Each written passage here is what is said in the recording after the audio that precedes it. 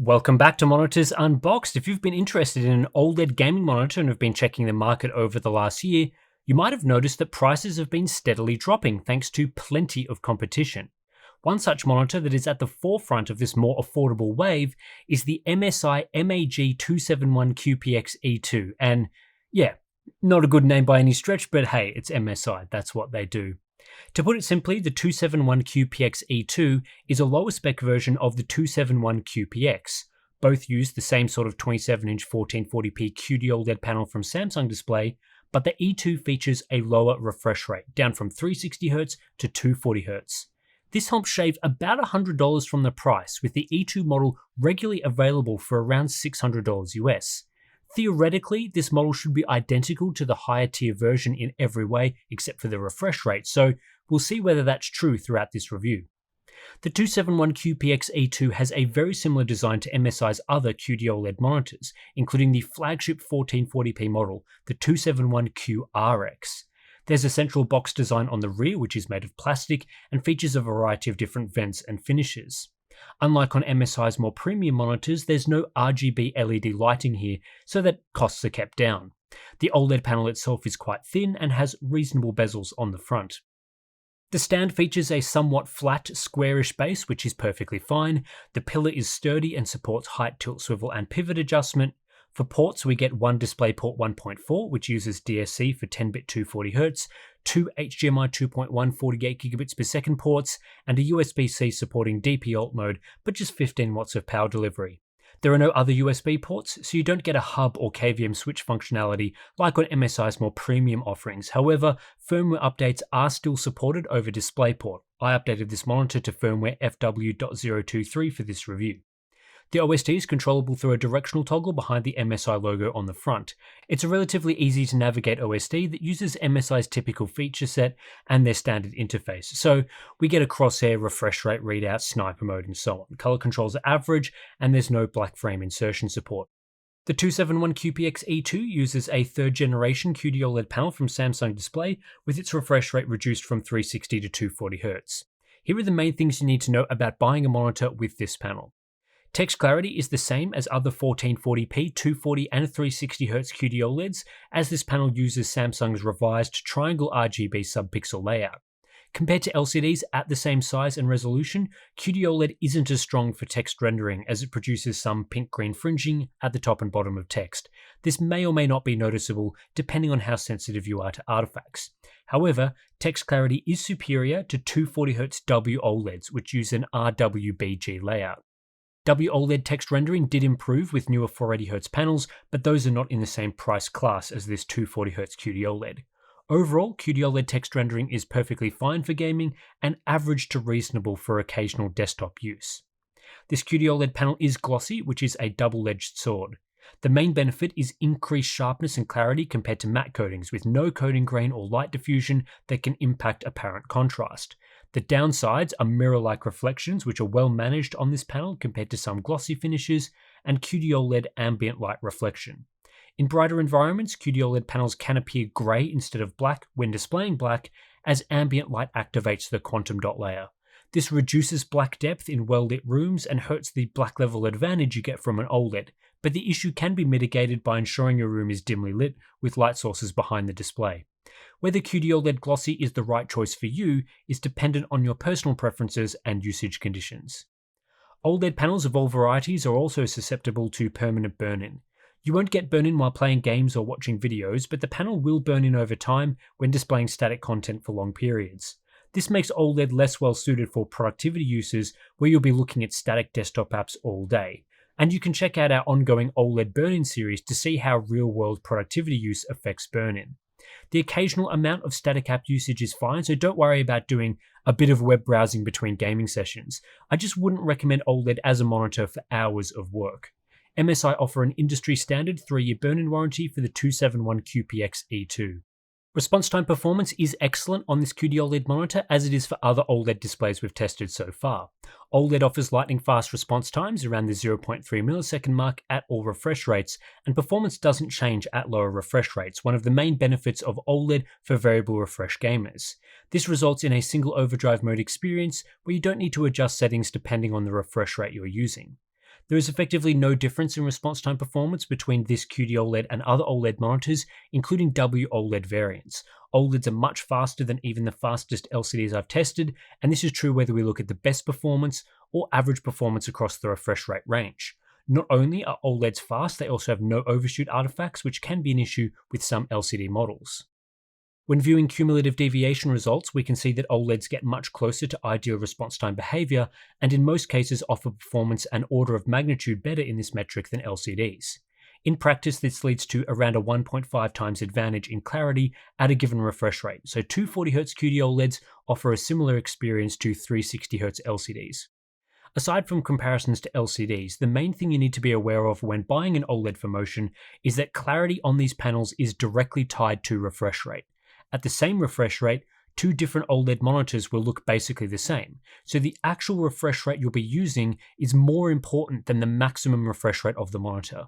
If you compare two OLEDs, one with a 240Hz max refresh and one with a 360Hz max refresh, but both are playing games at 120 FPS with a 120Hz refresh rate, they will look the same and give the same experience. Where higher refresh rate OLEDs become of benefit is when you use the highest refresh rate capabilities. Running an OLED at 360Hz produces a clearer image than at 240Hz with better smoothness and responsiveness. This has advantages when gaming at high frame rates, for example multiplayer games or games with frame generation enabled.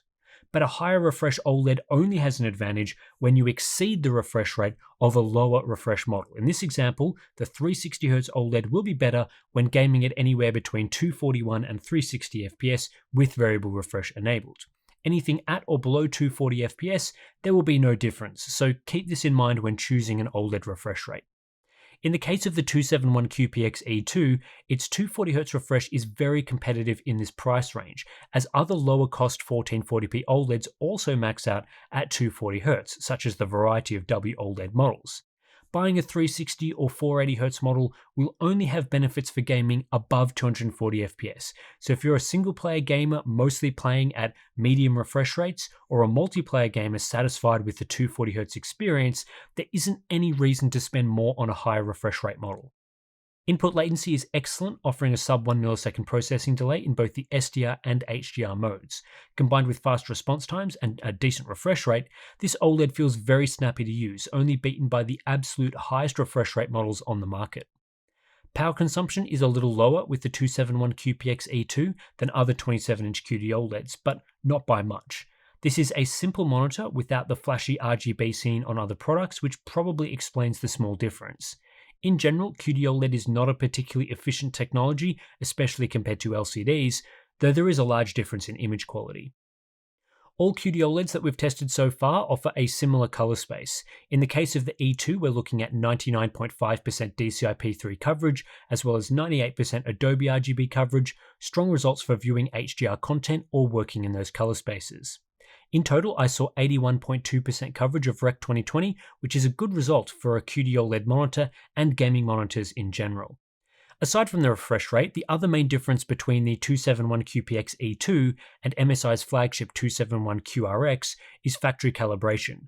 Not as much attention has been paid to calibration on this model, so some results aren't as good as you see on the best 360Hz variant. My unit, for example, had the wrong color temperature out of the box with a bit of a red tint and some inaccuracies with the gamma as well. This led to higher than average delta E's. MSI also leave the color gamut unclamped out of the box, leading to the usual oversaturation issues when displaying sRGB SDR content. Compared to other monitors, the 271QPX-E2 is one of the less strong monitors in grayscale calibration, falling behind the 271QRX. Color checker results also fell below the usual results from an OLED. Now that Windows 11 has integrated auto color management, factory performance is important because the operating system can be used to manage the color space in the default mode. This means we can get a proper sRGB experience without needing to use the display's sRGB mode, which locks certain settings. Unfortunately, ACM doesn't impact grayscale results, and with this monitor the gamut clamping is only okay. It doesn't emulate the sRGB color space quite as tightly as it should, so results are improved versus not using ACM, but not to the point of being properly factory calibrated. There's also the built-in sRGB mode, which is the more accurate way to use this monitor. This mode has more accurate gamma, but still features a red tint, though it's somewhat more accurate in the color tests than we saw previously. However, it still falls short of my requirements for proper factory calibration. This keeps the E2 model quite far behind the 271QRX in terms of sRGB mode calibration. A lot of attention was paid to ensuring the flagship model had a great sRGB mode, but that isn't always the case with the E2, unfortunately. With that said, you can improve performance significantly through a full calibration, which I performed using CalMan. You can get some of the way there by just tweaking OSD settings and using Windows ACM. The rest requires a software ICC profile. Peak SDR brightness is the same as other OLEDs at around 250 nits. This is the ceiling for OLEDs at the moment for both the QD-OLED and WOLED variety, and it's sufficient for indoor usage without being overly bright. Also, the MSI model does not use an automatic brightness limiter in the SDR mode, so brightness is always capped to around 250 nits. Minimum brightness of 30 nits is also good for most use cases, though over half the brightness slider is allocated to the brightness range between 200 and 250 nits, which is a little top heavy. I was very impressed with the viewing angles of this panel. They are very wide, which makes it easy to view the display even at quite extreme angles. It really looks excellent. Uniformity was also very good with my unit, nice and uniform viewing full white, and no dirty screen effect viewing dark greys. This is keeping QD-OLED in a leadership position for display uniformity among OLEDs. The 271QPX-E2 is well suited to HDR from a hardware perspective. OLED panels, including QD-OLED, directly emit light and have individual pixel control, which makes them ideal for displaying HDR content. This feature allows each pixel to independently vary from fully switching off to displaying bright highlights, giving us deep zero-level blacks and per-pixel local dimming. The level of control OLEDs provide minimizes blooming in high-contrast scenarios and allows for a clean distinction between bright and dark areas that are close together. Compared to LCDs with a multi-zone backlight, OLEDs have far fewer ugly illumination artifacts, which are most noticeable when displaying difficult scenarios like star fields or subtitles, and there are no zone transitions as bright objects move around the display. With per-pixel control as its main advantage, OLEDs are best at displaying high-contrast scenes with rich shadow detail, which is a key aspect to a good HDR presentation. Darker content interspersed with dazzling bright highlights brings out the best in OLED displays, as does HDR content with fast motion. For gamers especially, input latency on most OLEDs is low in the HDR mode. The weakness to the HDR presentation on an OLED is overall brightness. While peak brightness can be high in the best cases, full screen brightness is low, and this limits the punch in bright daytime scenes. LCDs may not have per-pixel control, but zoned backlights can simply get significantly brighter in bright scenes.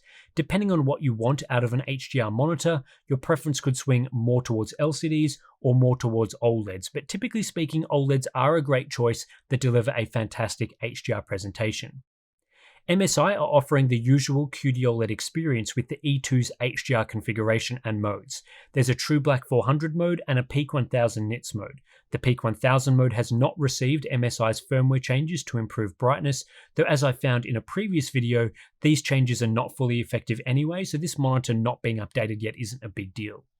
The two main modes, True Black and Peak 1000, operate in the same way as other QD-OLED monitors. The True Black 400 mode is the most accurate and doesn't have panel dimming in brighter scenes, but peak brightness is capped at 450 nits.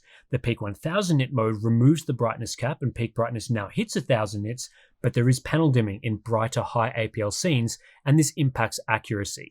MSI do not offer a boosted brightness configuration, there's just these two options. Again, we see that these modes are not as well calibrated as MSI's flagship monitors, with the red tint of the SDR modes also seen in the HDR modes. Tracking in the True Black mode is a little under where it should be, but not overly problematic. It struggles a bit more than usual with some of the high APL tests, though there's no panel dimming and brightness is capped to 450 nits. The Peak 1000 mode can deliver over 1000 nits of peak brightness. Overall EOTF tracking is similar to the True Black mode for low APL scenes, and there's still the color temperature issues. However, in higher APL scenes there is panel dimming, which isn't solved on this monitor. To be fair, no other manufacturer has fixed this issue either, so it remains a flaw with QD-OLED panels, but basically, we're still in a position where you can't achieve the highest peak brightness in darker scenes without bizarrely dimming brighter scenes. For the best experience, you'll need to change HDR modes depending on whether you are playing mostly brighter or mostly darker content. Alternatively, you can set and forget the mode you're most interested in optimizing for. HDR Brightness is identical to other QD-OLED monitors. In these charts, other monitors are listed using their brightest configuration that preserves accuracy, and you'll see basically no difference at various window sizes. In real scene brightness, the results are close to what we usually see. The True Black mode has no panel dimming, the Peak 1000 mode does. The True Black mode has higher brightness in mid to high APL content, but is capped to 450 nits. The Peak 1000 mode can reach over 900 nits in real-world scenes, but isn't as bright in higher APL scenes. WOLED panels like the Asus XG27AQ DMG can get a little brighter on average and have more balanced brightness results across the tests, with no panel dimming concerns. In HDR calibration, grayscale accuracy is mid-table and color match is also average. HDR color volume is very similar to other QD-OLED monitors, so quite a bit better than WOLEDs due to a wider color gamut and higher color brightness. Lastly, we have the Hub Essentials checklist. MSI do a relatively good job of advertising this monitor, getting the brightness details spot on, only missing on factory calibration and response times. As for the feature support matrix, this is very similar to most other QD-OLED monitors. The E2 doesn't support stuff like Dolby Vision and has a more limited port selection than the premium products, but most other stuff is included here.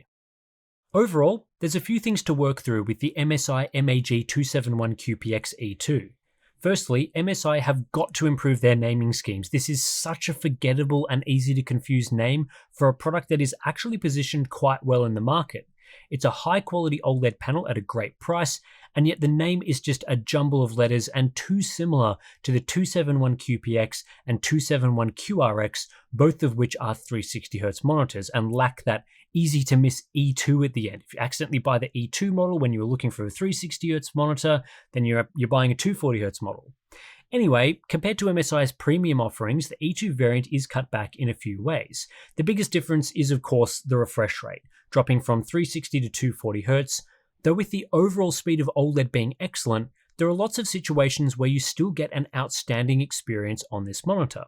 Unless you're planning to play games above 240 FPS, there is really no point spending more on a 360Hz variant because at lower refreshes, this monitor is just as good as other OLEDs. It's fast, clear, and artifact-free. There's also a few cutbacks in terms of USB ports and capabilities and factory calibration, which simply isn't as good as the flagship 271QRX.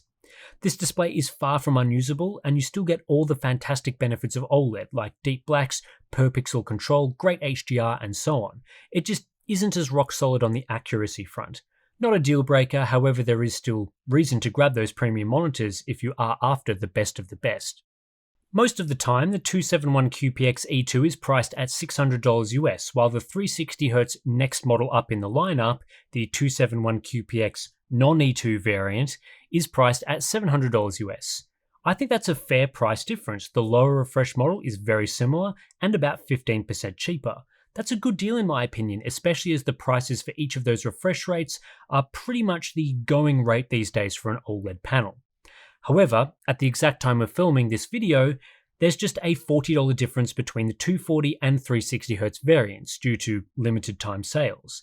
That's too small of a margin in my opinion, and in that sort of situation, I'd just pay the extra $40 to get 360Hz, which has more headroom for multiplayer gaming and frame generation. So make sure you check the prices for all variants in your region instead of jumping on the 271QPX E2 straight away. As for a comparison to other models, the 271QPX E2 is about the same price as competitors with similar specs when comparing their MSRPs, so I'd say $600 US is fair. However, you should be on the lookout for sales, as often this spec drops to $500 US. I've seen the E2 at that price previously. I've also seen the AOC AG276QZD2 hovering around there, so it's not unusual for these QD-OLED panels to be even cheaper. They are all very similar, so price plays a big role here. The other way to go is getting a WOLED monitor, though generally I think the 1440p QD-OLED panels are higher quality. I personally prefer their better text rendering, glossy coating, higher color volume, and better brightness depending on the model we compare them to. The Asus ROG Strix XG27AQ DMG does give the 271QPX E2 a run for its money though. It's the same $600 US price, it's a glossy WOLED with better black depth and brighter rooms, and it has better HDR brightness characteristics without panel dimming. I'd honestly be leaning towards that unless you want the better text clarity of the QD OLED panel, or it turns out to be much cheaper in your region, though it's a close call and the pricing situation could be different in your region. Either way, it's great to see strong competition in the OLED market, with prices continuing to fall year over year. So anyway, that does it for this review of the MSI MAG 271QPX-E2. Make sure you don't get confused on that naming scheme there. 3 different models, basically with the same spec, basically with the same name. Not a good situation. Maybe the lineup should be simplified a bit there. But anyway, not a fan of the name. I am a fan of the monitor though. It's quite good at a reasonable price. So yeah, that does it for this one. If you want to support our monitor reviews right here on Monitors Unboxed, consider signing up to our Patreon. Links to that is in the description below. If you sign up, you get access to things like our calibrated settings and ICC profiles that we create during these reviews. We've got our Discord chat, which is a great place to get advice about monitors, recommendations, that sort of thing. And yeah, that pretty much does it for this one. Thanks for watching, and I'll catch you in the next one.